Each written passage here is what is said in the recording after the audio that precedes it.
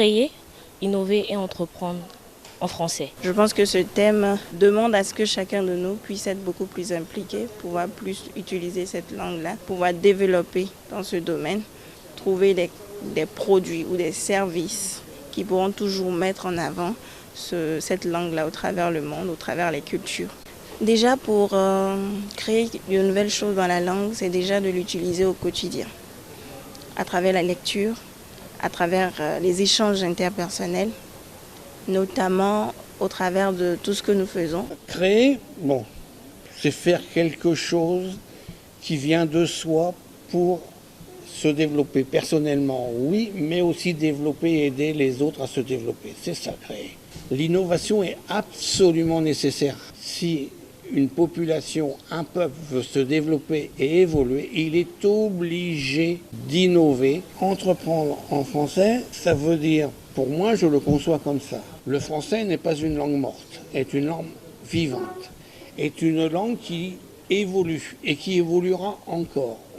Tous les ans, on ajoute des nouveaux mots, des nouvelles expressions au dictionnaire qui viennent du langage plus ou moins populaire, qui viennent du langage professionnel, qui viennent des langages communautaires, etc. La mixité des populations fait que l'on trouve de nouveaux mots. Étant donné que je suis en informatique et que je code, je pense créer sûrement un logiciel qui permettrait à des personnes qui aimeraient apprendre la langue française. Il y a certaines personnes qui n'en parlent pas, d'autres qui n'ont pas eu la chance d'aller à l'école et d'apprendre cette langue-là.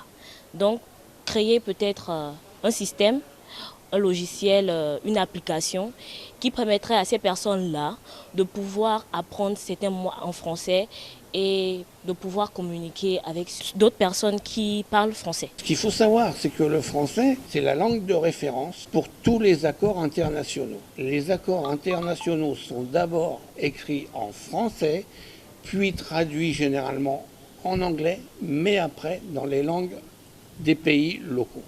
Parce que c'est une langue qui est extrêmement précise. On ne peut pas faire dire ce que l'on ne veut pas dire en français.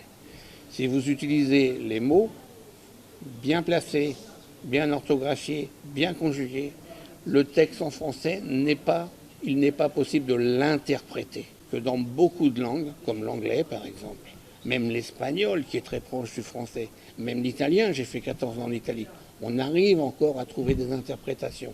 En français, c'est pas possible. J'invite chacun de nous à pouvoir prôner la langue française dans tout ce qu'il fait.